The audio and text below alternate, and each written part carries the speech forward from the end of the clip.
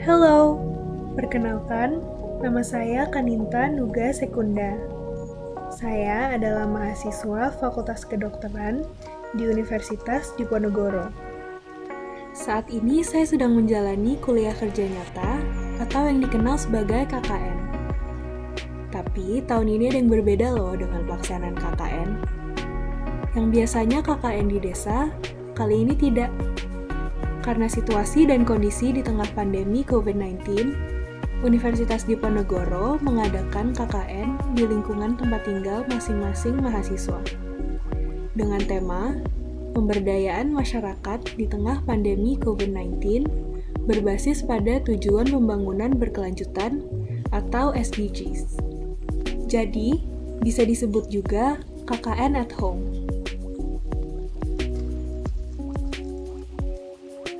Untuk saya, home is Jakarta.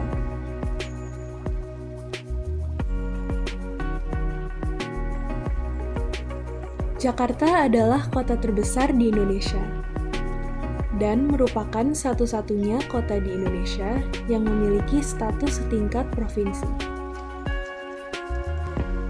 Terletak di pesisir bagian barat laut Pulau Jawa, Jakarta adalah wilayah perkotaan terpadat kedua di dunia. Sebagai pusat ekonomi, budaya, dan politik, Jakarta dijadikan pusat pertumbuhan Indonesia. Selain berbagai perusahaan multinasional yang berlokasi di Jakarta, terdapat juga beragam pusat perbelanjaan ternama serta tempat hiburan.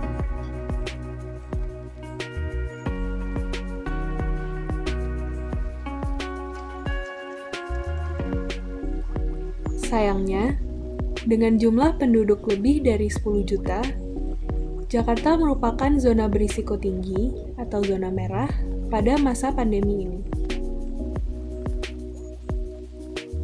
Pandemi COVID-19 telah merubah struktur kehidupan masyarakat. Himbauan untuk meminimalisir berkegiatan di luar rumah terus diterapkan. Sekolah, bekerja, beribadah, dan berekreasi pun dianjurkan untuk dilakukan di rumah saja. Tidak hanya mengancam kesehatan, COVID-19 turut mengganggu kehidupan sosial, ekonomi, pendidikan, dan politik di berbagai negara. Jakarta sebagai pusat perekonomian terbesar di Indonesia sangat terpengaruh oleh dampaknya. Berjalannya waktu, menetap di rumah dinilai tidak bisa selamanya diterapkan. Dari sinilah era new normal akan diimplementasikan. Namun, masih banyak orang menganggap new normal sama dengan kembali hidup normal seperti sebelum COVID-19 mewabah. Persepsi masyarakat wilayah setempat mengenai era new normal adalah selesainya dari pandemi COVID-19. Melainkan, new normal adalah perubahan perilaku untuk tetap menjalankan aktivitas normal, namun dengan ditambah menerapkan protokol kesehatan guna mencegah terjadinya penularan COVID-19. Dari adanya isu tersebut, saya melakukan program berjudul Edukasi dan Promosi Perilaku Ideal dalam Menjalani Era New Normal.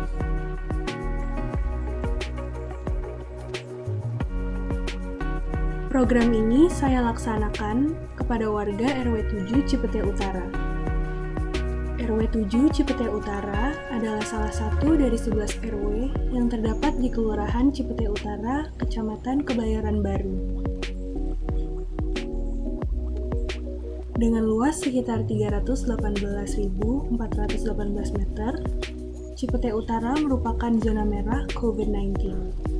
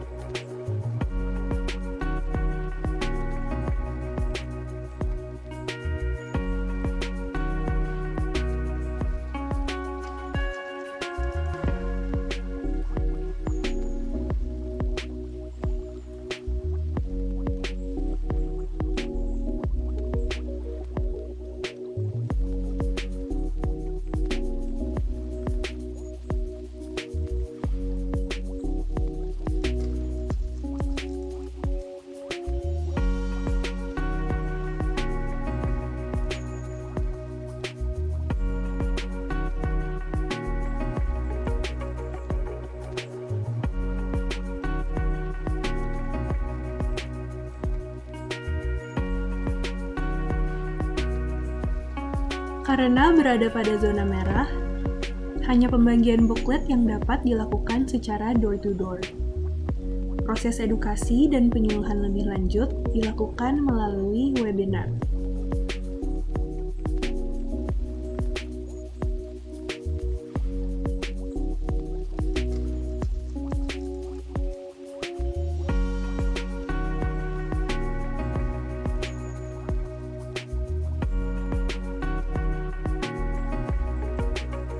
Menurut saya, sangat penting untuk meningkatkan pengetahuan mengenai new normal. Dengan meningkatkan pengertian kita juga dapat meningkatkan kesadaran kita untuk mengadopsi pola hidup yang lebih sehat. Menurut saya sangat bermanfaat untuk beraktivitas di luar rumah. Sekarang saya sangat berhati-hati untuk beraktivitas. Terima kasih bukletnya sangat informatif. Saya jadi lebih mengerti new normal. Walaupun COVID-19 sedang mewabah, ada pentingnya untuk selalu menjaga kesehatan dan tidak melupakan penyakit lain, seperti hipertensi. Hipertensi merupakan pelopor untuk terjadinya berbagai komplikasi yang dapat menyebabkan kematian. Walau demikian, hipertensi merupakan kondisi yang dapat dengan mudah dicegah dan dikendalikan dengan perubahan gaya hidup yang positif. Maka, sebagai mahasiswa Fakultas Kedokteran, saya melakukan program berjudul Manajemen Pencegahan dan Pengendalian Hipertensi.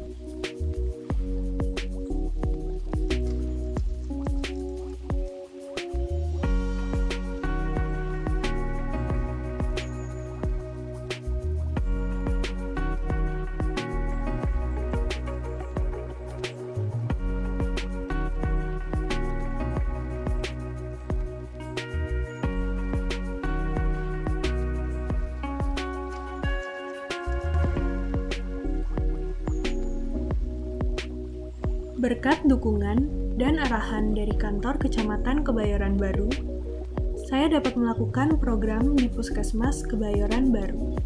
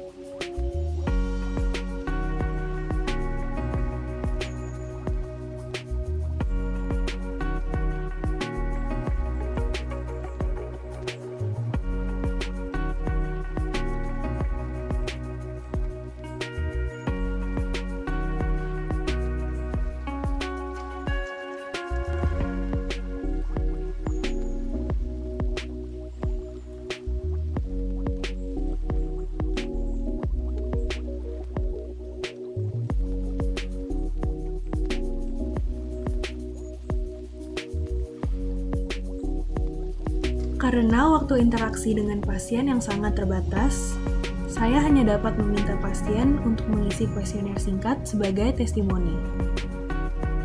Dari kuesioner tersebut, saya mendapat feedback di mana 37 orang mengatakan materi yang disampaikan sangat informatif, 9 orang mengatakan materi yang disampaikan cukup informatif, dan 4 orang mengatakan materi yang disampaikan kurang informatif.